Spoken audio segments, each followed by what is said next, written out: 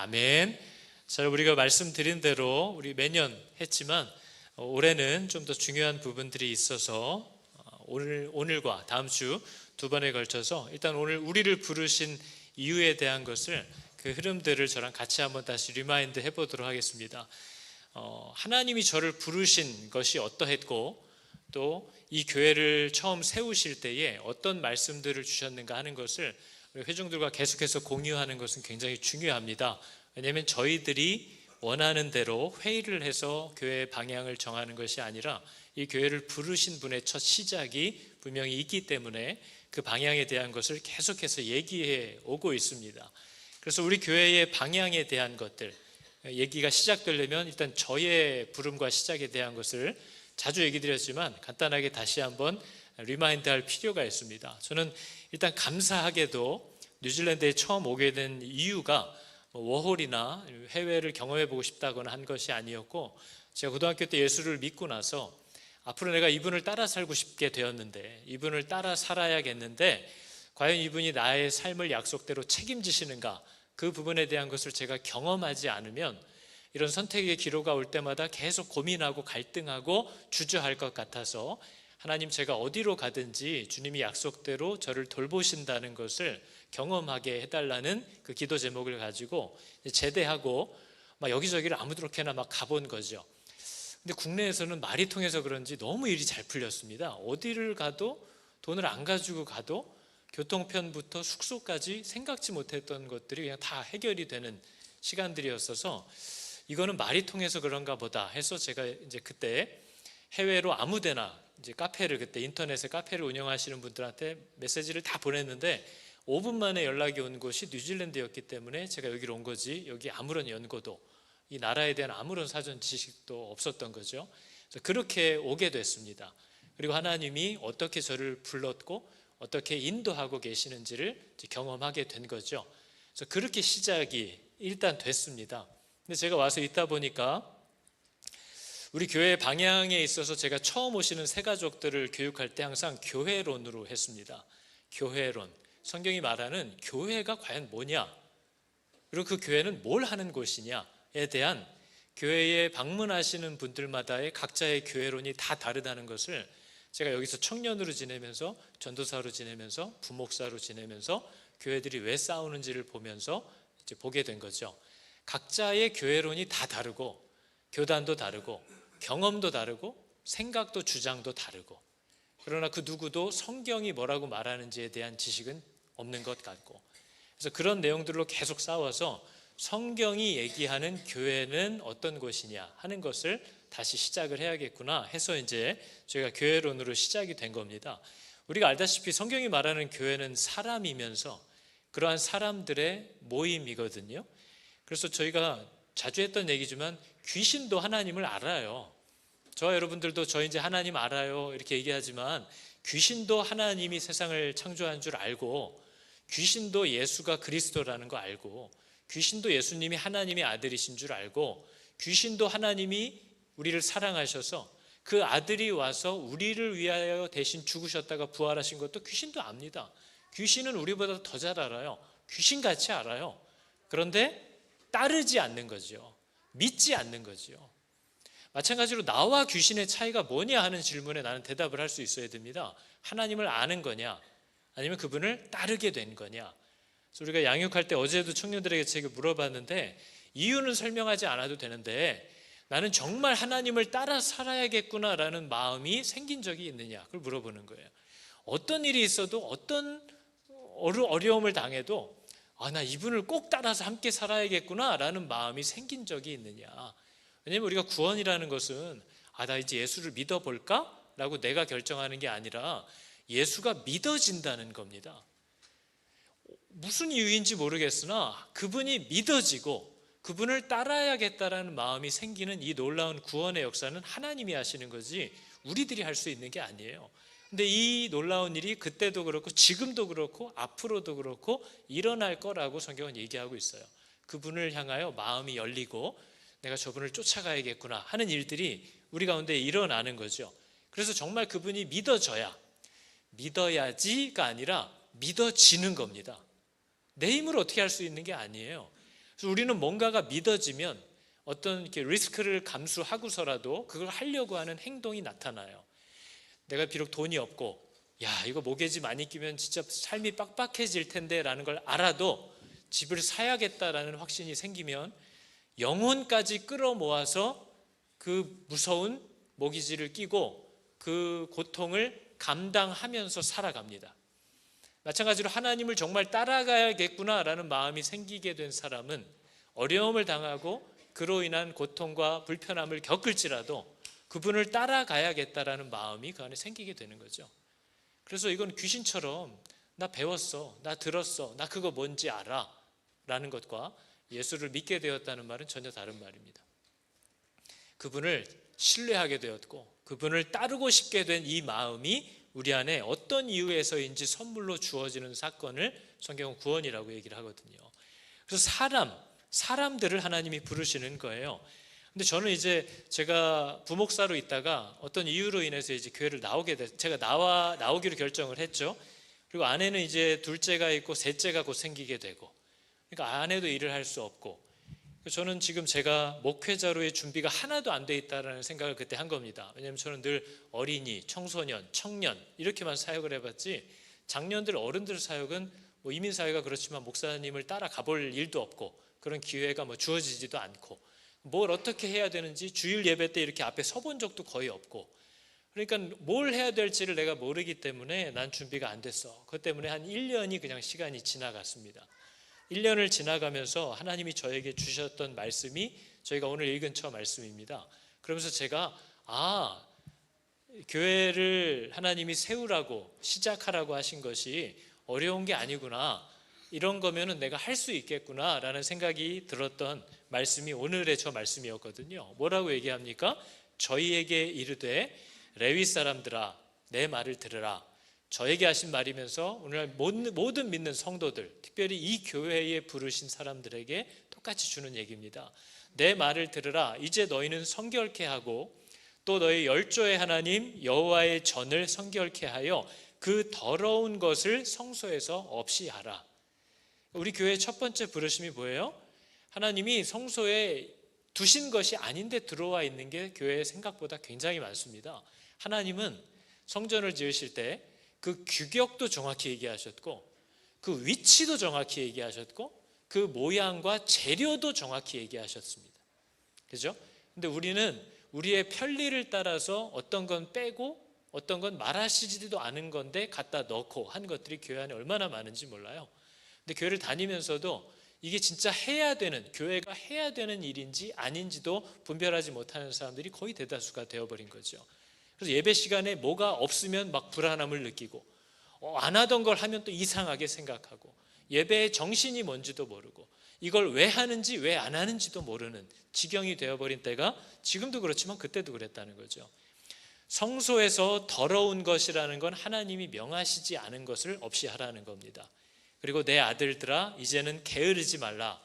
게으르지 말라는 말은 이미 준 사명과 책임을 소홀히 하지 말라 얘기하고 있어요. 여호와께서 이미 너희를 택하사, 제가 담임이 돼도 되나? 이거 할 수 있을까? 이미 부르셨다는 거예요. 그 앞에 서서 수종들어 섬기며 분향하게 하셨느니라. 근데 이 말씀이 하나님이 내가 담임 목사가 돼서 뭔가 하나님 앞에서 계획하고 일들을 해나가야 되는 게 아니라 교회의 머리는 하나님이시기 때문에 그분이 내게 명하시는 대로 듣고 수종들기만 하면 되는 거구나. 수종들다라는 말은요, 주인을 따라다니면서 섬기고 받들기만 하면 되는 거예요. 그래서 이 말씀이 이런 거면 제가 이미 해왔던 거고 할 수 있겠다 해서 교회가 시작된 거죠. 그래서 만약에 저한테 목사님 내년도 우리 교회 계획이 뭡니까 물어보면 저는 없습니다. 저도 제 주인에게 날마다 들으려고 그 앞에 가서 앉아있는 사람이고 그분이 말씀하시는 대로 조심스럽게 따라가고 있는 사람들이에요. 그러나 주님이 부르셨다면 그 부르신 자들과 권위들과 질서를 통해서 그분의 뜻이 우리들에게 전달된다는 걸 잘 알고 있습니다. 그래서 우리도 그분에게 듣고 따라가야 하는 사람들이라는 걸 이해했기 때문에 제가 시작을 할 수 있었던 거죠. 그래서 늘 강조하는 바 교회에 하는 사역이 뭐냐? 교회는 사람을 세우는 일이에요. 사람을 세우는 게 성전을 건축하는 거라고 구약 성경이 계속해서 얘기해 왔습니다. 건물을 짓는 게 아니라 사람들을 그분을 사랑하고 신뢰하여 따르는 원래의 사람의 형상으로 회복시키고 만드는 것이 교회의 일이에요. 그래서 교회는 사람들을 세우는 일, 충성된 자들, 하나님이 믿음을 주셔서 따라오게 하는 자들을 하나님의 말씀과 방법대로 세우는 일, 이게 이제 교회가 하는 일이라고 얘기하는 겁니다. 그래서 하늘그림교회 이름 뜻을 이제 자주 물어보시는 분들이 있죠. 처음 시작했더니 뭐 이렇게 미술학원이에요? 뭐 물어보는 분이 있는 정도로 뭐냐 하는 거죠. 근데 여러분, 하늘그림교회 이름 뜻은 불신자들은 교회에 올 일이 없습니다. 그리고 불신자들은 말씀을 궁금해하지도 않고요. 아마 대부분의 불신자들은 성경을 자기 스스로 펼 일이 평생에 없을 수도 있어요. 그럼 그 사람들은 도대체 하나님을 어떻게 만나는 것이냐? 그 사람들이 접할 수 있는 유일한 하나님에 대한 이야기와 모습은 그들이 보는 성경은 우리들입니다. 그들은 우리를 보면서 하나님에 대해서, 성경이 말하는 것에 대해서 머릿속으로 그림을 그려요. 우리가 어떤 애들이 막 난리치고 하는 걸 보면 어우, 저 집, 쟤는 네 집 자식이냐? 그 집 그림이 막 그려지잖아요. 반듯하고 한 애들을 봐도 어우, 얘는 누구 집 아이야? 그 집 그림이 그려지죠. 우리가 지금 한국에서 그렇게 엉뚱한 짓 하는 개신교회 리더들이라고 하는 사람들의 모습을 보면서 세상은 나는 이래서 교회 안 가. 나는 진짜 하나님이라는 이스라엘의 어떤 신은 정말 음란하고 폭력적이고 이런 신으로 이해하게 만드는 게 누가 한 거예요? 성도들이 한 일이에요. 그래서 저와 여러분들이 죄송한 얘기지만 교회를 일단 다니기 시작하시면 어디 가서 나 교회 다녀, 예수 믿어 라고 얘기하면 본인이 원튼 원치 않든 이제 사람들은 저와 여러분을 보면서 하나님이 저런 분이란 말이야? 하나님은 저렇게 명령하신 분이란 말이야? 하고 그 사람들 나름대로 머리에 하나님과 그분의 나라에 대한 그림을 그립니다. 그래서 저와 여러분들이 바로 그 사람들이 보는 하나님이고 그 사람들이 이해하는 하나님의 말씀이라는 것을 기억하라는 거예요. 그래서 우리가 하늘그림교회입니다. 저희들이 누구를 드러내는 부르심이 있는가 하는 것을 기억하라는 거예요. 근데 이 공동체, 우리가 세상에서만 하나님을 드러내는 게 아니라 우리 교회 공동체 안에도 다 믿는 사람만 와 있는 게 아닙니다. 남편이 가니까, 아내가 가니까, 엄마 아빠가 가니까 따라온 불신자들도 많아요. 그리고 어떤 이유에 의해서 교회를 한번 방문해 본 사람들도 있어요. 그리고 하나님이 은혜로 그 마음을 만지셔서 그냥 한번 가볼까 하고 들어온 사람들도 있어요. 그래서 어떻게 보면 이 자리는 세상보다 더 복잡한 곳입니다. 세상은 차라리 나 예수 안 믿어, 난 그런 거 안 믿어 라고 얘기하는 사람이지만 여기는 정체를 알 수가 없어요. 누가 믿는 사람인지 아닌지 파악을 할 수가 없어요. 그러나 그들은 와서 쳐다보고 있는 거죠. 저들이 말하는 하나님이 도대체 어떤 분이며 저 말씀이 도대체 뭘 얘기하는 거냐, 저들이 믿는다는 건 도대체 어떻게 살겠다는 거냐, 그걸 보러 앉아있는 사람들이 교회 안에 가득 있습니다. 그래서 이 공동체가 바로 세상이에요.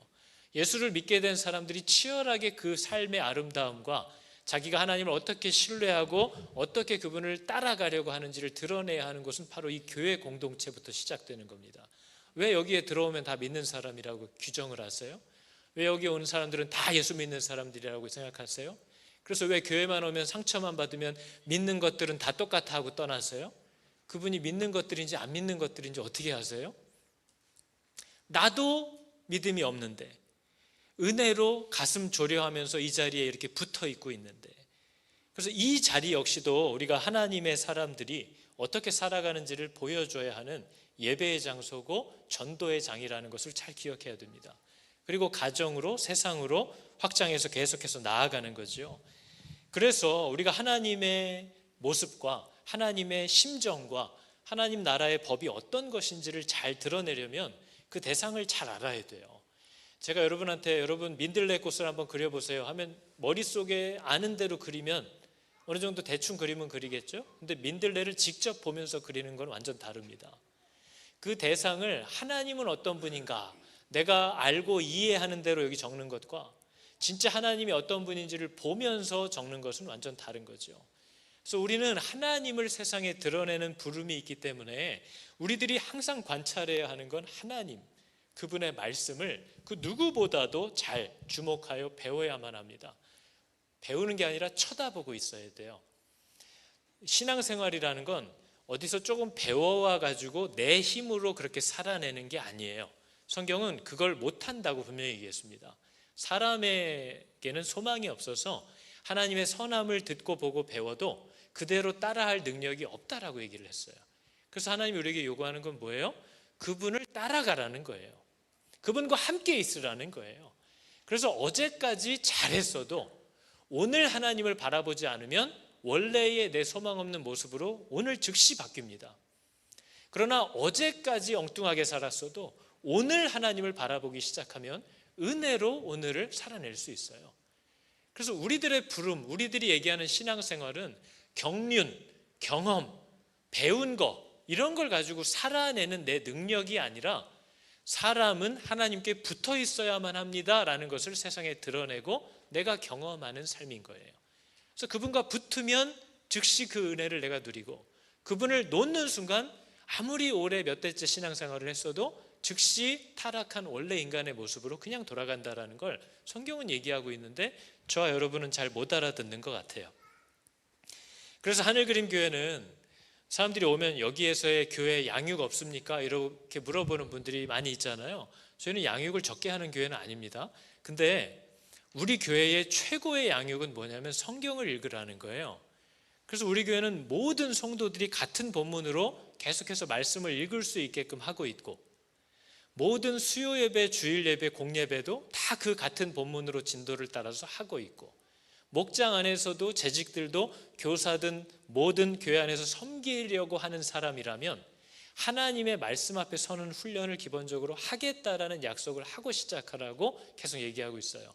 근데 교회에 와서도 등록을 해놓고도 그 본문을 따라서 함께 묵상하지 않아요. 그럼 그런 분들은 꼭 이 교회에 다니실 필요는 없는 겁니다. 여러분들이 원하시는 교회에 가서 해도 되는 거죠. 우리 교회에서 받을 수 있는 최고의 유익은 날마다 같은 본문, 그 하나님의 말씀 앞에 서서 주인에게 듣고 들은 대로 따라가는 것을 하게끔 하려는 거지 다른 어떤 것도 목적이 없어요. 여러분들이 직접 내 주인이 살아 계시구나 라는 것을 알게 되고 그 주인이 내가 알아들을 수 있게 얘기해 주시는 겸손하고 자상한 분이라는 것을 알게 되면 이제 제가 여러분에게 더 이상 할 일은 없습니다. 여러분의 주인이 여러분을 이끌어 가실 거예요. 그 일들을 하게끔 하는 게 우리 교회가 지금 존재하는 최고의 부르심이고 그걸 계속해서 강조하고 있는데 여러분들은 지금 13년째 들으면서 아우 이제 지겨워요 목사님 이렇게 얘기하면서도 말씀 앞에 서지 않아요. 저도 참 지겨워요. 야 어떻게 그렇게 지겹다고 하면서도 끝까지 말씀 앞에 서지 않을 수가 있을까? 그래서 지난주에도 얘기했지만 저는 예수를 믿는다고 하는 사람들한테 하나님의 그분의 말씀을 읽으라고 하는 게 이렇게 힘든 일이고 이렇게 싸워야 되는 일인 줄 몰랐어요.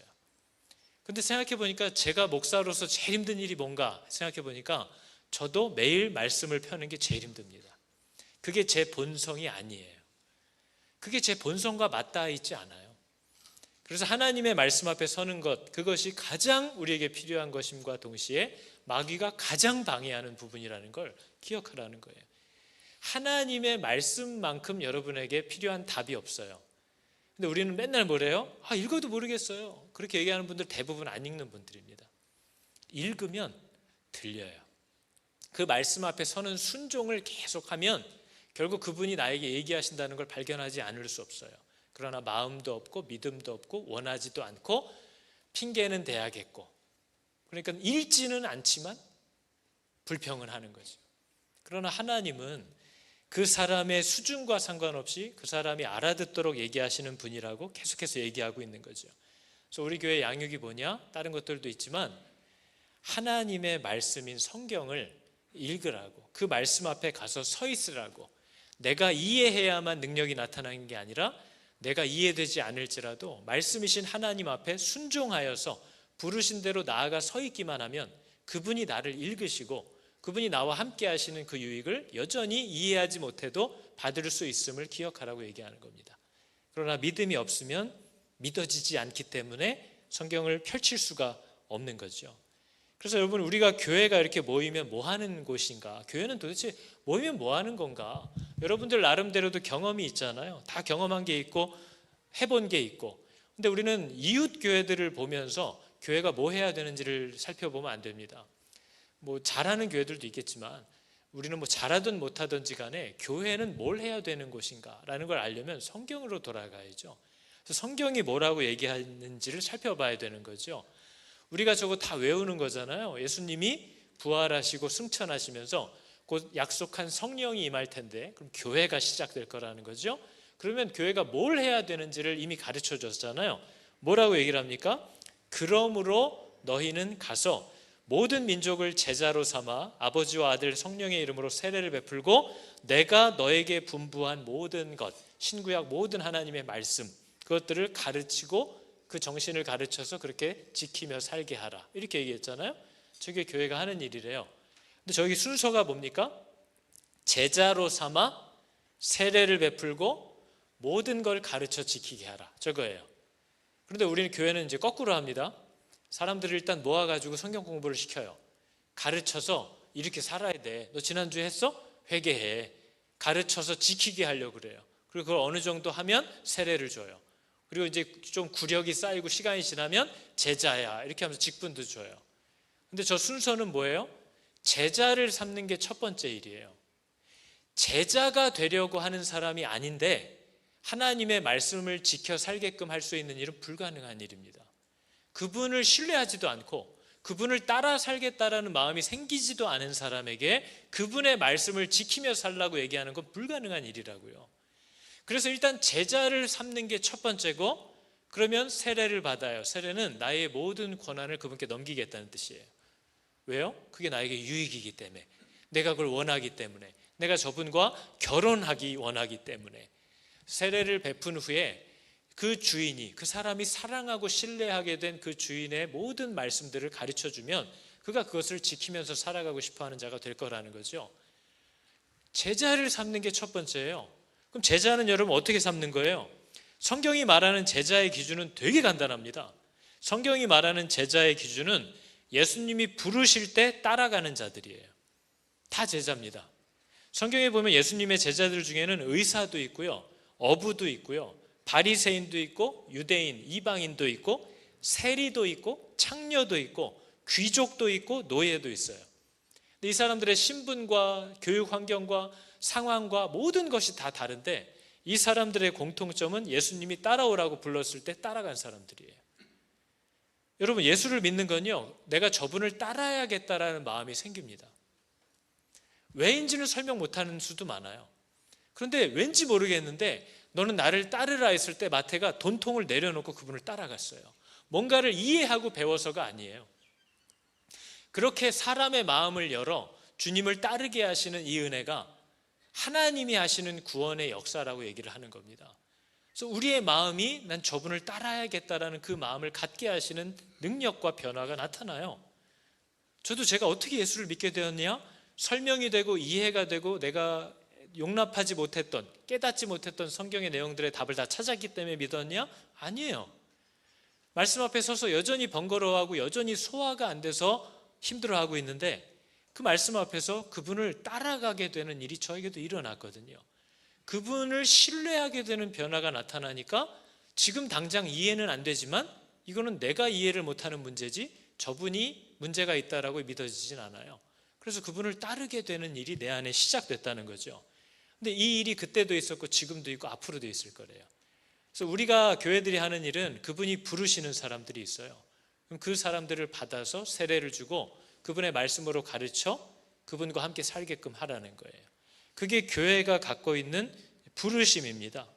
그래서 제자의 기준은 예수가 부르실 때 따르는 자들, 한 번 따라갔던 자들이 아니라 그분을 계속 따라 살기를 원하게 된 자들, 제자라고 얘기하는 거죠. 그래서 저 목사인 저의 역할은 뭐냐면 하나님이 주신 말씀을 바르게 가르치면 그 말씀이 사람들을 부릅니다. 저는 제가 여러분들을 설득할 능력은 없어요. 제 가족도 설득을 못 하는데요. 제가 여러분을 설득시키고 부르고 이해시키는 게 아니라 하나님의 말씀이 여러분을 불러요.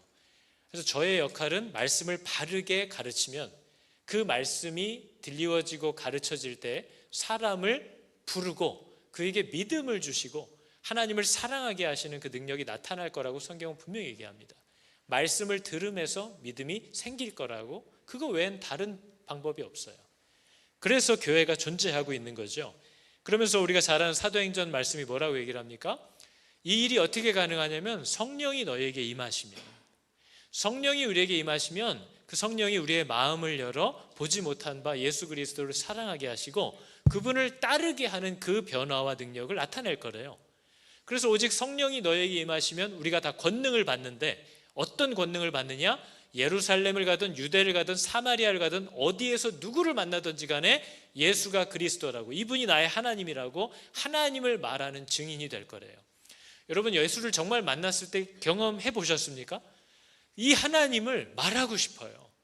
내가 정말 이분을 어떻게 만나게 되었고 이분이 나를 어떻게 사랑했고 내가 어떤 말할 수 없는 은혜와 이 감동을 체험하고 있는지에 대해서 세상이 모르고 있는 이 하나님을, 나도 몰랐던 그 하나님을 누구를 만나든 말해주고 싶은 마음이 내 안에 생겨나요. 성경은 그걸 권능이라고 얘기합니다. 권능. 그래서 저 일들이 나타난대요. 교회 안에서도 지금도 나타나요.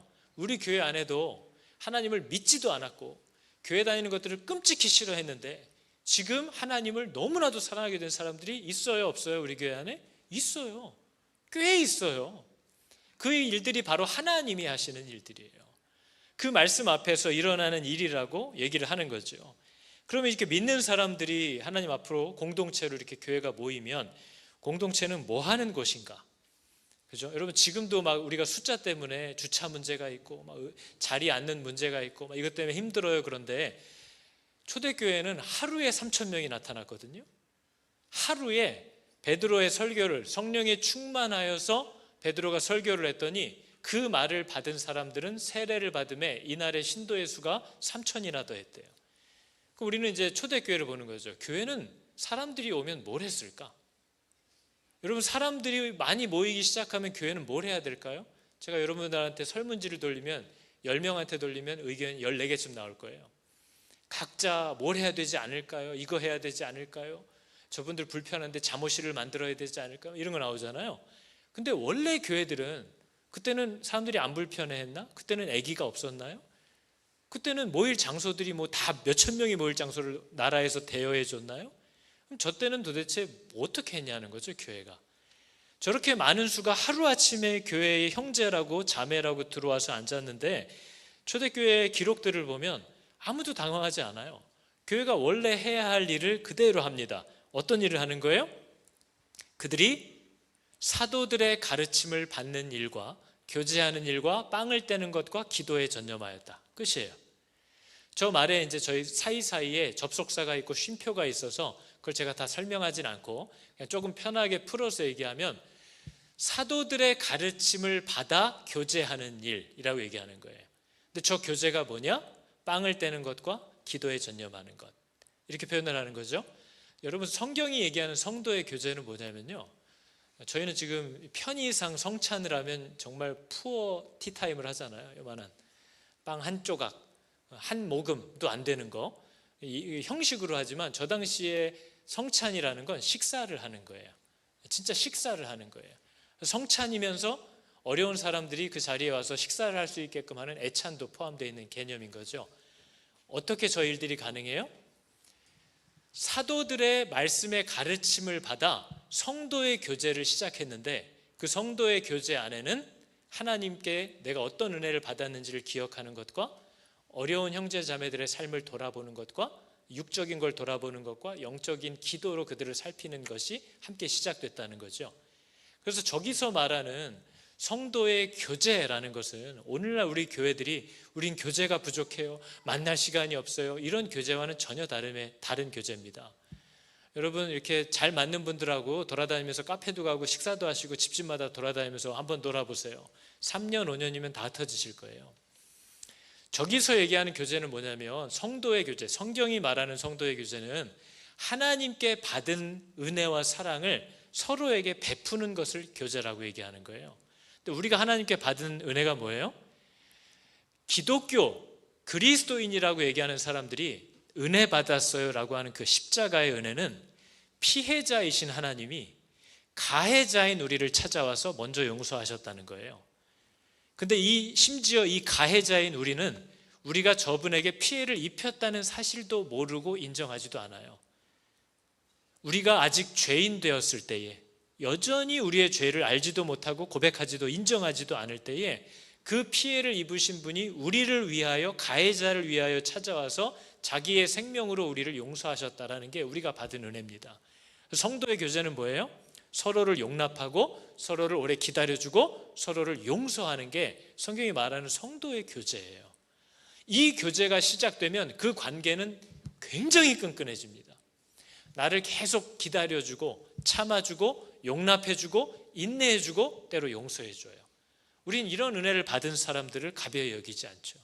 그리고 거기에서 우리는 굉장히 성장하고 성숙해지고 똑같은 마음을 다른 사람을 향하여 품기 시작합니다. 교회는 세상이 줄 수 없는 교제가 있는 곳이에요. 그게 우리 교회들이 보여줘야 하는 것인 거죠. 그래서 교회는 효율적으로 저 사람이 있으니까 일이 잘 돼. 그러면 저 사람한테, 저 사람 때문에 힘들어. 저 사람은 잘라. 효율성으로 세워지고 성장하는 것이 교회가 아닙니다. 교회는 은혜로 세워지는 거예요. 그래서 예전에 저희 교회에 와서 집회를 하셨던 그 김병년 목사님이 사모님이 셋째를 낳다가 이제 스트로크가 와가지고 지금까지도 식물인간으로 누워 계신다는 거죠. 셋째를 낳다가 지금까지 누워 계시기 때문에 되게 힘든 시간을 보내셨겠죠. 그런데 목사님도 너무나 절망스러워서 주일날 교회도 못 가고 망연자실해서 집에 누워 있을 때 성도들이 목사님을 찾아왔어요. 목사님 힘든 거 알아요. 우리도 힘들어요. 그러니까 목사님도 참아요. 우리도 참을게요. 하면서 목사님 주일날 와서 설교 안 해도 되니까 잘 있다고 얼굴만 보여주고 가요. 성도들이 했던 얘기예요. 야, 목사 설교 못하니까 바꿔라가 아니라 우리도 힘들고 목사님도 힘든 거 알아요. 기다려줄 테니까 와서 얼굴만 보이고 가라는 거예요. 그렇게 몇 년을 기다려줬어요. 그리고 그 사모님을 모시고 성도들이 주일마다 이 상가 건물 위층이라 힘들게 모시고 와서 침대에 눕혀가지고 저 본당 뒤쪽에 늘 앉아 계시는 사모님을 보면서 어떤 새로운 새 가족이 등록을 했대요. 그래서 왜 등록하셨냐고 물어봤더니 저렇게 아픈 사람을 매주 데려와서 저기다 앉혀놓고 예배 드리는 걸 보니까 이 교회는 적어도 사람은 안 버리겠다는 생각이 들어서 등록했다는 거죠. 교회가 보여주는 세상이 줄 수 없는 능력이라는 건 바로 그런 겁니다. 효율적이지 못한 것을 징계하고 잘라내서 잘하는 것이 아니라 용납하고 참아주고 용서하는 것을 통해서 하나님의 능력이 나타난다는 것을 잘 몰라요. 그래서 교회에 오면 여러분 우리가 해야 되는 성도의 교제는 뭐예요? 아시겠지만 교회에 오면 1시간만 있다가도 용서해야 될 사람들이 몇 사람이 생깁니다. 왜 저렇게 쳐다봐? 나는 지나쳐놓고 쟤하고는 막 되게 친하게 인사하고 말을 해도 내가 요즘 마음이 안 좋은 거 뻔히 알면서 꼭 말을 곧다위로 해. 잠깐만 있다가도 마음이 막 틀어져요. 성도의 교제는 뭐예요? 내가 받은 용서를 그들에게 베풀어 주는 거예요.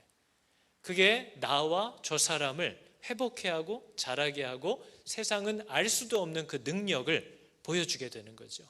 그게 교회가 해야 되는 성도의 교제입니다. 그러니까 교회 와가지고 자꾸 아는 사람이 별로 없어요. 저도 몰라요. 저도 인사 반갑게 하는 거예요. 제가 여러분을 어떻게 다 압니까? 근데 제가 여러분을 다 알아야 되나요? 알아야 되는 사람들을 하나님이 연결시켜 주실 때 교회가 함께 찾아갈 수는 있죠. 그러나 어떻게 제가 노력한다고 여러분의 마음과 상황을 다 알 수 있겠어요? 제가 하는 일은 여러분을 진짜 아시는 분을 만나게 하는 거예요. 그 분이 여러분의 삶에 개입하실 수 있도록 안내하고 인도하는 거예요. 그분을 만나지 않는 한 누가 우리를 아무리 살갑게 챙겨줘도 내 마음에 만족이 없다는 걸 모르시지 않지 않습니까? 교회는 그런 교제를 얘기하는 게 아니에요. 내가 받은 은혜, 하나님이 어떤 분이시고 우리에게 뭘 하고 계시는지를 서로에게 계속 드러내는 거예요. 부부가 그러잖아요. 그래서 남편은 예수 그리스도가 우리를 어떻게 용서하셨는지를 아내에게 평생에 보여주는 거고, 아내는 교회가 때로 이해되지 않고 납득도 안 되지만 그 하나님을 어떻게 신뢰하고 사랑하여서 함께 하려고 하는지에 대한 그 기다림과 인내와 용납을 남편에게 계속 보여주는 거예요. 그게 가정의 부름이잖아요. 성도도 똑같아요. 성도의 교제가 뭐예요? 서로를 인내해 주는 거예요. 서로를 참아주는 거예요. 서로를 기다려주는 거예요. 그리고 저 사람은 잘못한 줄도 몰라요. 내 마음이 뒤집어진도 몰라요. 이걸 해결할 수 있는 사람은 누구예요? 나밖에 없어요. 내가 용서하는 거예요. 내가 용서하지 않으면 해결되지 않으니까. 하나님이 용서하기로 결정하지 않았으면 나는 내가 죄 지은 줄도 몰랐어요. 난 내가 죽어야 하는 줄도 몰랐어요. 그 은혜를 서로에게 드러내 주라고 얘기를 하고 있는 거죠. 그래서 우리 교회가 시작된 부름은 성경이 명하지 않는 것들을 치우라는 겁니다. 근데 제가 이것을 애매하게 이렇게 허용하기 시작하니까 사람들이 또 잘못된 건데도, 그게 별 의미가 없는 건데도 거기에 사로잡혀서 끌려가는 걸 자꾸 봤기 때문에 개혁을 하려면 좀 과하게 개혁을 하지 않으면 사람들이 못 알아채요. 이쪽으로 이만큼 기울었다라는 것을 알게 하려면 이쪽으로 이만큼은 당겨야 됩니다. 그래야 기울은 줄 알아요. 그러나 적당히 당기면 따라오질 않아요. 그래서 조금은 과하게, 조금은 더 분명하게 일들을 하려고 계속 애를 쓰는 거죠. 성경이 명하지 않은 것들, 왜 이런 것들이 꼭 필요한지, 해야 되는지 안 해야 되는지도 누구도 이제 얘기할 수 없는 일들 교회 안에 많아요. 그런 것들을 정리해야 되고, 하나님이 하라고 명하셨는데 하지 않는 것들 너무 많아요. 그런 것들이 제자리를 찾기 시작해야 된다는 거죠. 근데 그 가운데 하나가 직분에 대한 회복입니다. 저는 이민교회에서 교회들이 싸우는 거에 항상 중심에 직분자들이 있다는 것을 청년 때부터 계속 봐오는 거예요. 왜냐하면 직분이 뭐 하는 사람인지를 모르거든요. 직분자들은, 성도는 예수 그리스도의 종 된 사람들입니다. 즐거이 그분을 따라 살기를 원하게 된 사람들이에요. 근데 그 가운데 유독 직분이라는 것은 교회 공동체를 위하여 자기를 종 중에도 상종으로 내어놓는 사람들을 얘기하는 거예요. 그래서 이 직분자들은 그리스도의 남은 고난을 자기의 몸에 채우라고 자기를 하나님께 제물로 드리는 사람들입니다. 그래서 가장 알아주지 않는 것, 가장 힘들고 번거로운 것, 일하고도 욕먹는 것들 누가 하는 거예요? 직분자들이 하는 거예요. 근데 지금 직분은 어떻게 망가져 있어요? 누가 더 크냐? 여러분, 예수님도 안 가르치신 게 아니에요. 예수님도 누구든지 나를 따르려면, 나의 제자가 되려면 어떤 일이 일어날 거라는 걸 예수님처럼 반복적으로 정확하게 얘기하신 분이 없어요. 그런데 놀라운 건 뭡니까? 제자들은 그렇게 많이 들었는데도 그분의 제자가 된다는 게 어떤 부름인지를 절대로 이해하지를 못합니다. 그래서 그들이 만나면 하는 얘기가 뭐예요? 누가 더 크냐? 항상 하는 짓이었어요. 오늘날 교회도 그것 때문에 교회가 어려운 거죠. 직분자들은 이 나이에 내가 하리 하는 사람들이 아니에요. 나를, 교회를 위하여 종 중에도 가장 큰 종으로 나를 아무렇게나 쓰셔도 좋고, 그 일을 하다가 당하는 어떤 일도 나는 받은 은혜가 너무 감사하고 좋아서 다 감수하고 조용히 따라가겠습니다. 직분자들이에요. 근데 그 직분의 부름이 뭔지를 몰라요. 그래서 직분자 훈련이라는 건 사람을 부리는 기술이나 재능 가르쳐 주는 게 아니고요. 직분자 훈련은 죽는 훈련을 얘기하는 거예요. 죽는 훈련. 그리스도께 완전히 나를 내어드리고 어떤 일을 당하든지 내 혈기와 자아를 드러내지 않고 그분의 몸된 교회를 위하여 나를 제물로 드리기로 하는 것, 그게 직분자 훈련입니다. 죽는 훈련. 근데 오늘날 교회들이 이걸 모르죠. 떠나실까 봐, 서운해 하실까 봐, 또 수근수근 교회를 어렵게 만들까 봐, 교회 헌금 줄이실까 봐 사람들을 이런저런 모양으로 믿지도 않는데 세워다가 부르는 일들, 그게 우리들이 계속 해왔던 일이에요. 제가 청년으로 섬기던, 또 살아오던 교회에서도 늘 봤던 일입니다. 제가 볼 때 예수를 믿지도 않는 분이에요. 근데 교회에 이익이 될 것 같으면 갖다 세워요. 그러니까 교회가 어려워지는 거죠. 하나님을 모르는 사람들에게 권력과 권위를 주니까요. 힘을 주니까요. 그래서 우리가 성경을 보면 직분자들이 어떻게 세워졌는지를 성경은 너무 명확하게 얘기하거든요. 직분자는 이런 식으로 세워졌어요. 사도들이 말씀과 기도에 전념해야 되는데 사람들이 많아지다 보니까 구제해야 될 사람들이 늘어난 겁니다. 그래서 사도들이 자기의 역할을 못하고 구제해야 되는 일에 빠지다 보니까 문제가 터졌어요. 사도들은 그 문제가 하나님의 경고라는 걸 알아챘어요. 그래서 이렇게 부탁한 겁니다. 형제들아, 너희 가운데서 성령과 지혜가 충만하여 칭찬 듣는 사람 7을 택해달라. 그럼 우리가 이 일을 저희에게 맡기고 우리는 기도하는 것과 말씀 전하는 것을 전무하리라 하니 온 무리가 이것을 기뻐하여 믿음과 성령이 충만한 사람 스데반, 빌립, 누구 7명이 바로 나오는 거예요. 교회의 직분자는 마음도 없는 사람들을 이렇게 불러다가 3개월, 6개월 훈련시켜서 쓰는 거예요? 아니면 직분자는 이미 그 일을 감당하고 있고 회중들이 그 사람이 누군지를 알아요? 회중들이 그 사람을 알아요. 직분자는 성령과 하나님의 말씀인 그 지혜로 충만한 사람이어야 돼요. 예수 안 믿는 사람 아니에요. 성령에 충만하고 하나님의 말씀인 지혜로 충만하고 또 이미 그의 삶이 사람들 앞에 칭찬받고 있는 사람들이어야 한다는 걸 분명히 얘기하잖아요. 그래서 이런 일을 할 사람이 필요하다 하니까 모든 회중들이 그런 일이라면, 그리고 성령과 지혜가 충만한 사람 중에 필요하다면 이 사람 딱 나오는 거예요. 직분자는 그렇게 세워지는 겁니다. 믿지 않는 사람 아니에요. 그리고 그의 삶이 검증도 안 된 사람, 교회 회중들의 칭찬과 인정을 받지도 못하는 사람 아니에요. 교회의 질서에 순응하지도 않고 늘 자기 세력과 사람과 자기 아이디어로 개인적으로 일들을 하려는 사람 아니에요. 교회를 위하여 자기를 종으로 드리는 사람들인 거죠. 그러면서 장로들에 대해서는 뭐라고 얘기합니까? 데살로니가 전서가 형제들아 우리가 너희에게 간청하노니 너희 가운데서 수고하고 주 안에서 너희를 감독하며 너희에게 훈계하는 자들을 알고 그들의 일로 인하여 사랑 안에서 그들을 매우 귀중히 여기라.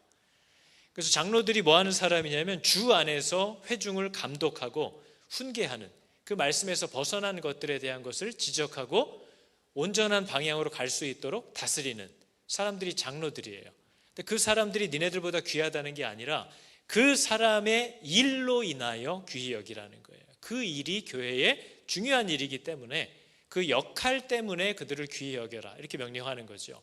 근데 장로들을 보니까 성경이 말하는 직분자는요 두 종류가 나옵니다. 감독과 집사 이렇게 나와 있어요. 우리가 빌립보서를 보니까 그리스도 예수의 종 바울과 디모데는 인사하는 거예요. 편지에 그리스도 예수 안에서 빌립보에 사는 모든 성도와 모든 감독들과 집사들에게 편지하노니.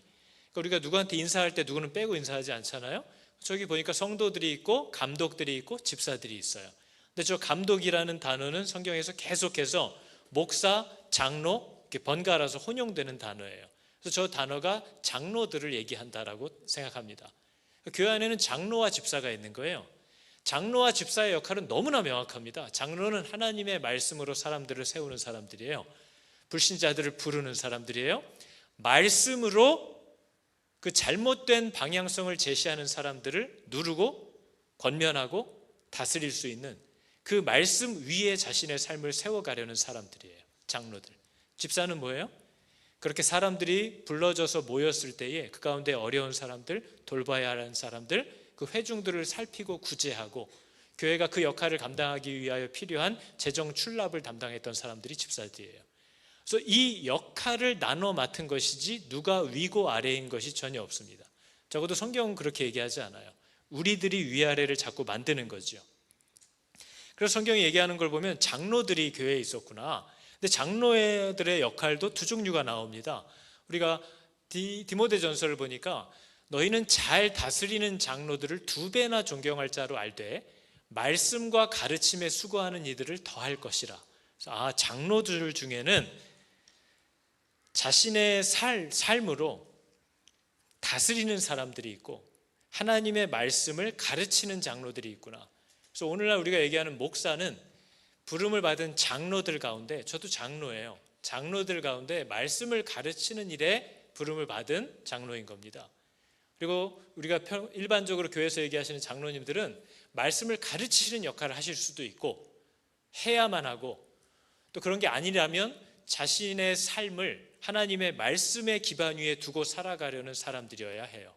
그래서 교회의 장로인데 세상에서 이중장부를 쓰거나 거짓말하거나 사기치고 다니거나 바람 피우거나 성도들을 이간질시키거나 장로일 수 없다는 거죠. 그죠? 적어도 이게 상식이 되어야 되지 않습니까?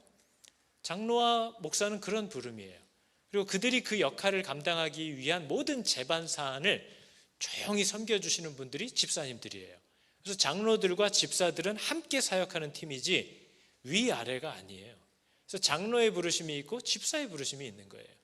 이 정도 집사였으면 이제 장로해야 되지 않나? 승진하는 줄로 알아요. 그리고 그게 안 되면 서운해해요. 성경은 그렇게 얘기하고 있지 않거든요. 그래서 이런 부분들에 대한 이해가 없기 때문에 집사가 되면 장로가 되면 이제 자기가 자기 마음대로 교회를 휘둘러도 되는 줄 알아요. 그래서 이런저런 얘기들로 자기의 계획들을 세워요. 그런 게 항상 이민교회에서 문제가 되는 거죠. 목사의 직무 중에 하나는 장로들을 세우는 일입니다. 저의 일은 뭐냐면요, 장로들을 세우는 일이에요. 제 일은 이렇게 말씀을 가르칠 수 있는 장로들, 사역자들을 세워야 되고, 말씀 위에 자신의 삶을 두어서 성도들을 권면하고 위로하고 격려하고 때로는 혼낼 수도 있는 교회 리더들을 세우는 게 목사의 사역이에요. 그래서 디도서가 뭐라고 얘기합니까? 바울이 디도에게 내가 너를 그레데에 따로 떨어뜨려 두고 나만 떠나는 이유는 부족한 일을 네가 그 교회에서 바로 잡고 교회가 교회답지 않은 모습들 말씀으로 바로 잡아주고 나의 명한 대로 각성에 뭘 세우게 하려 함이래요? 장로들을 세우게 하려 함이에요. 그래서 교회의 존재의 궁극적인 목적은 교회의 장로들을 세우려고 하는 겁니다. 다음 세대들을 계속 세워갈 말씀의 일꾼들과 삶으로 교회를 권면하고 다스리고 세워갈 수 있는 성숙한 말씀의 지도자들을 세우기 위해서 교회가 있는 거예요. 그리고 우리들의 부름은 뭐예요? 가정과 세상에서 그렇게 사는 거예요. 그게 지금 교회의 방향이라고 계속 얘기하는 거죠. 그렇기 때문에 말씀을 가르칠 줄 모르는 목사는 있을 수 없는 거죠. 적어도 목사가 되려면 왜 굳이 신학교에 가서 그럼 훈련을 받는 거예요? 심지어 찰스 스펄전은 목소리가 크지 않으면 목사로의 부르심이 없다라고까지 얘기한 사람입니다. 왜냐하면 그 기능을 할 수 없으니까. 마이크도 없던 시대에 사람들에게 외쳐야 되는데 목소리가 너무 작아? 그럼 너는 부르심이 아닐 수도 있다라고 얘기할 정도로 역할이에요. 기능이에요. 목사인데 말씀을 잘 가르치지 못한다. 설교하는 게 싫다. 목사하면 안 되죠. 장로인데 자신의 삶을 말씀 위에 두고 살아갈 마음도 결단도 없다. 여기서도 인정받고 세상에서도 잘 살고 싶다. 장로이면 안 되죠. 무슨 일을 만나든지 그 말씀의 법대로 살아가기로 작정한 사람이어야죠. 그래서 복을 받아서 부유한 장로님이 있을 수도 있겠지만 그렇게 살아가기 위해서 가난하고 고된 시간을 보내고 있는 장로님도 당연히 있을 수 있죠. 그러나 그들은 자신의 삶을 말씀 위에 두고 하나님께 따라가겠다고 하는 사람들. 그래서 이러한 교회 직분자들이 자꾸 교회에서 분쟁을 일으키거나 편을 가른다면 그러한 목사나 장로는 교회가 성도들이 용납하면 안 됩니다. 왜냐하면 직분자들은 화평케 하는 사람들이에요. 그리스도의 화평케 하는 일을 보여줘야 되는 사람들입니다. 서로를 오래 참는 거예요. 서로를 기다려주는 거예요. 근데 그게 되지 않는 사람들, 이간질하는 사람들, 싸우는 사람들, 교회가 직접 실의해야 되는 직분자들인 거죠. 그러니까 말씀 위에 서 있는 사람들, 우리가 오늘 읽은 이 장로와 집사들의 특징이 뭐냐면요, 역할도 다르고 부르심도 다르고 일도 다르지만 이 두 사람의 특징은 뭐냐면 둘 다 장로든 집사든지 간에 성령으로 충만했고 둘 다 말씀 위에 서 있는 사람들입니다. 영적인 수준의 차이가 전혀 없어요. 성경은 적어도 장로와 집사의 차이를 딱 하나만 말하는데 장로는 잘 가르칠 줄 아는 사람이어야 한다라는 그 항목 외에는 영적으로도 도덕적으로도 다 똑같은 기준을 요구합니다. 집사와 장로는요. 근데 이 위아래를 자꾸 누가 만든 거예요? 우리가 만든 거예요. 우리는 뭐 세 사람만 불러놔도 일단 주민등록증 까고 줄 세우거든요. 너 몇 년도에 왔어? 너 뭐 했어? 애가 몇이야? 우리는 분류를 해서 위에서 아래를 딱 해야만 관계가 맺어지는 사람들. 그러나 하나님은 우리에게 그렇게 얘기한 적이 없는 거죠. 그래서 성경에 얘기하는 장로와 집사의 공통적인 요구사항을 보면 둘 다 말씀의 지식을 갖고 있는 사람들이어야 되고, 두 번째는 그 말씀 위에서 살아내는 삶의 열매가 있어야 되고, 세 번째는 뭐예요?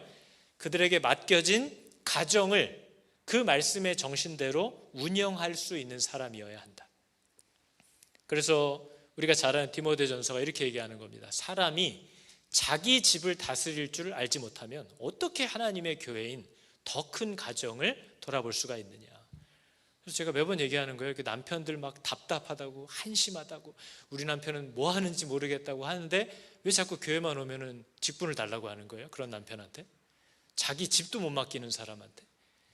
우리 아내는 살림도 형편없어요. 맨날 어디 가면 흉 보고 다니면서 왜 아내한테 자꾸 권사 직분 달라고 뭐 이런 거 하는 거예요? 자기 집도 못 맡기는 사람한테. 자기의 자녀들도 말씀대로 키울 마음이 없고 자기의 삶도 가정도 말씀 위에서 꾸려갈 마음이 없는 사람을 교회의 직분자로 부르지 말라고 얘기하는 겁니다. 기억하라는 거예요. 그리고 그 부름이 있는 사람은 이미 그 길을 걷고 있다고 얘기를 하는 거죠. 그래서 여러분, 저는 목사가 되고 장로가 되면 탁월하다는 것을 인정받았다는 뜻이 아닙니다. 하나님이 그를 부르셨다는 것뿐이에요. 그래서 제가 여러분보다 더 탁월하고 말씀에 대한 지식이 여러분보다 훨씬 많기 때문에 하나님이 저를 부르셨다? 저는 그렇게 생각 안 합니다. 왜냐하면 성도들 중에 저보다 성경을 더 잘 아시는 분이 왜 없겠어요? 저보다 더 기도가 깊으신 분이 왜 없겠어요? 그러나 그럼에도 불구하고 제가 이 일을 할 수 있고 해야만 하는 이유는 그분이 하라고 부르셨기 때문입니다.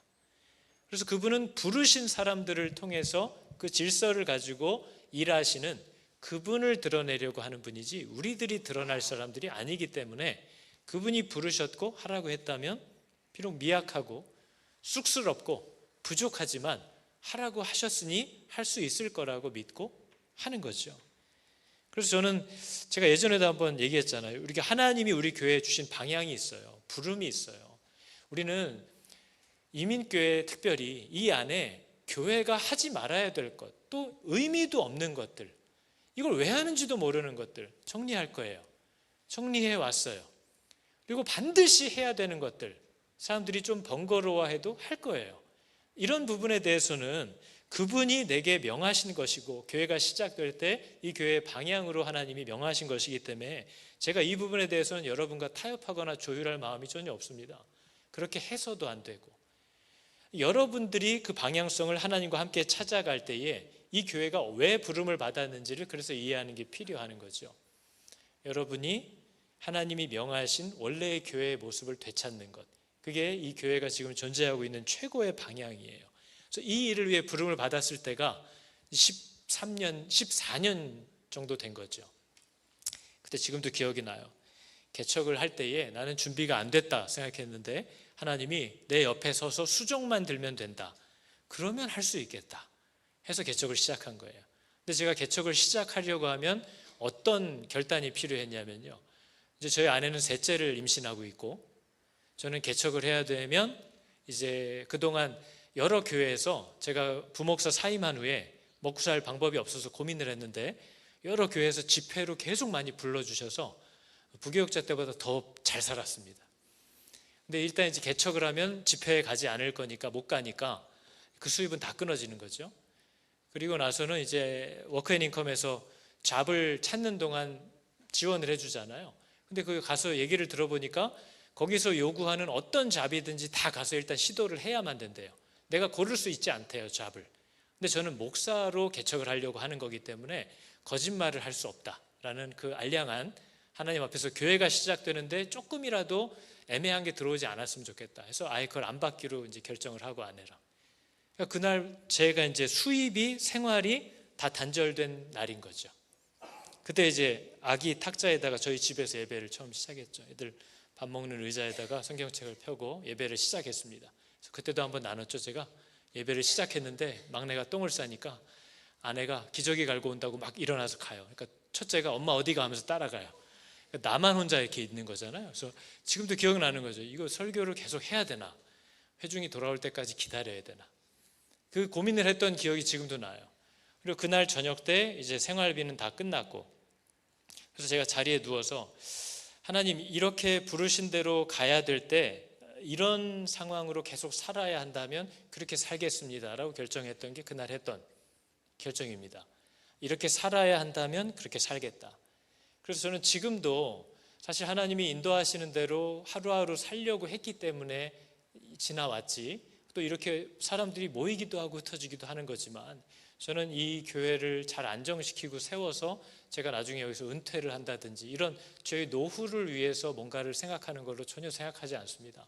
하나님이 어떻게 부르실지 모르는 사람이고 하나님이 어떻게 일하실지 우리는 모르기 때문에 저도 계속 그날을 따라가는 거죠.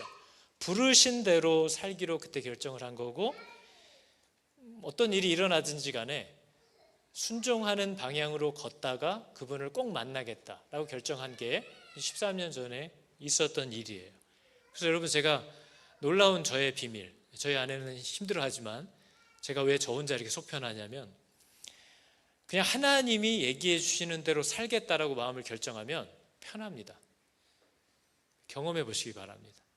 하나님이 말씀하시는 대로 살아가다가 어떤 일을 만나던 그분이 부르시는 대로 그냥 따라가면서 살겠다라고 그냥 마음을 정하면 무슨 일을 만나도 그냥 마음이 편해요.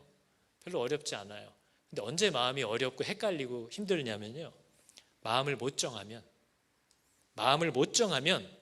자꾸 혼란스럽고 자꾸 갈등이 오고 설명을 들어도 모르겠고 이해가 안 되고 이해하고 싶지도 않고 마음이 복잡합니다. 근데 나는 주를 따라 살기로 했잖아요. 그분이 부르시는 대로 내가 살기로 했어요. 그러면서 어떤 일을 만나든지 나는 상관없다고 얘기했어요. 그게 진심이고 마음을 정하잖아요. 그럼 여러분 편합니다. 다 살 수 있어요. 어떤 일을 만나도 별로 비교할 것도 없고 그 자리에서 감사할 수 있어요. 그러나 마음을 정하지 못하면 힘듭니다. 마음이 복잡하고 비교가 되고 원망이 되고 후회가 되고 몽상을 하고 이러면서 살아가는 거죠. 하나님 앞에 마음을 정하게 되는 이 놀라운 은혜가 있어요. 이건 예수를 믿을 때 사실 일어나는 일인데 이 일들이 저와 여러분에게 꼭 있기를 축복합니다. 우리 함께할 찬양이 주가 주 되심을이라는 찬양인데요, 주가 주 되심을이라는 찬양의 가사가 이래요. 내 손에 들려있는 지팡이에요. 별거 없죠? 근데 이 별것 아닌 것을 사용하셔서 주님이 일하신다는 것을 나타내 달라는 겁니다. 주님이 일하시는 것을 나타내 달래요. 그리고 맡겨주신 사명을 감당할 힘을 달라, 이렇게 얘기하는 겁니다. 맡겨주신 사명을 감당할 힘을 주시고 주 이름만 높이게 하소서.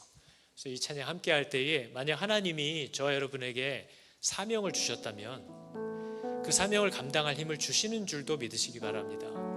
중요한 건 내 사명이 뭔가를 찾는 거잖아요. 근데 하나님이 저에게는 내 아들아 게으르지 말라, 내가 이미 너를 불렀다, 이렇게 얘기하셨어요. 우리들 가운데 부르지 않은 사람은 아무도 없습니다. 그래서 그분이 부르신 대로 쫓아가기만 하면 돼요. 저는 지난 13년간 하나님이 모든 부르시는 사람들을 하나님의 살아있는 말씀 앞에 세우는 것을 하라고 했기 때문에 계속 그걸 하고 있는데, 아까도 얘기했지만 이제 그만 좀 얘기해요, 지겨워요 하는데도 정말 지겹도록 안 하는 분이 더 많아요. 근데 하나님이 작년부터 다시 말씀 앞에 세우라는 말 이후로 제가 그동안은 또 다 함께 뭔가를 좀 나도 멋있게 얘기하고 싶은데 그런 게 전혀 없고 말씀 앞에 세우라는 것만 계속 있기 때문에 그것만 해왔는데, 작년부터 주시는 마음들이 있어서 사역자들과 나눴고 우리 항존직들하고도 나눴고 올해 초에는 이제 재직들한테도 나눴습니다. 그리고 이제 다음 주에 이 부분들을 여러분에게도 나눠줄 거예요. 한 성령이 하시는 일이라 여러분들에게도 같은 마음과 도전을 주실 거라고 저는 생각하고 있습니다. 실제적인 부분들을 움직이셔야 되고 또 하나님의 말씀 앞에 서야만 했던 이유들을 하나님이 가르쳐 주실 거라고 생각합니다. 이 시간 함께 찬양할 텐데요, 우리에게 맡겨주신 사명을 감당할 힘을 주시면서 이 일을 하시는 게 우리가 아니라 하나님이시라는 것을 드러내는 것, 그게 하나님의 영광이고 바로 우리들의 사역입니다. 그래서 이 시간 찬양할 때에 성령께서 우리 각 사람의 마음을 열어 그분을 따르게 하시는 은혜 주실 줄을 믿습니다. 찬양해 볼까요? 내 손에 들려있는 지팡이 사용하셔서 내 손에 들려있는 지팡이 사용하셔서 주님만이 주 되심을 나타내소서. 맡겨주신 사명을 감당할 힘을 주시고 주 이름만 높이게 하소서. 완악한 세상에서 믿음을 지키는 자로 선하신 주 의지하여 살게 하소. 거룩한 백성으로 구별된 주의 자녀로 주 이름만 따르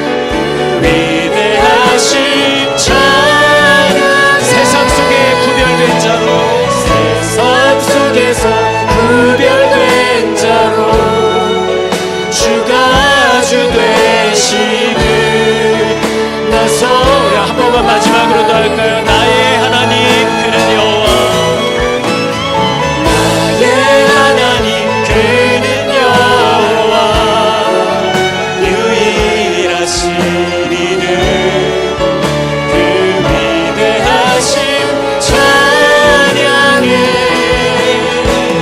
세상 속에서 구별된 자로 주가 주 되심을 나 선포하리라.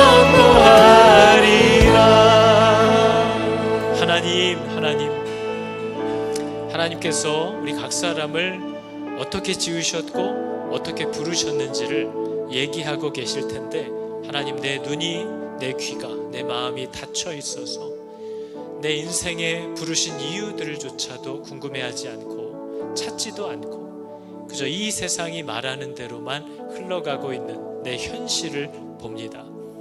주여, 우리의 눈을 열어 하나님을 발견케 하여 주시고, 이 땅의 모든 교회들이 그저 사람들이 만든 종교단체가 아닌 머리가 되신 살아계신 하나님께서 그 목적과 부르심의 이유들을 가지고 부르셨고 지금도 인도하고 계시는 그리스도의 몸인 줄을 깨달아 알게 하여 주사, 그 머리에게 들으려고 하는 그 온전한 자세를 회복케 하여 주시고, 그 머리가 말씀하시는 대로 어떤 어려움과 손해가 있다 하여도 죽기까지 복종하기를 결단하는 이 땅의 교회들 다 되게 하여 주사, 하나님이 말씀하신 교회의 능력이 무엇인지를 이 마지막 때에 잘 드러낼 수 있는 저희들, 이 땅의 모든 공동체들 다 되게 하여 주시옵소서.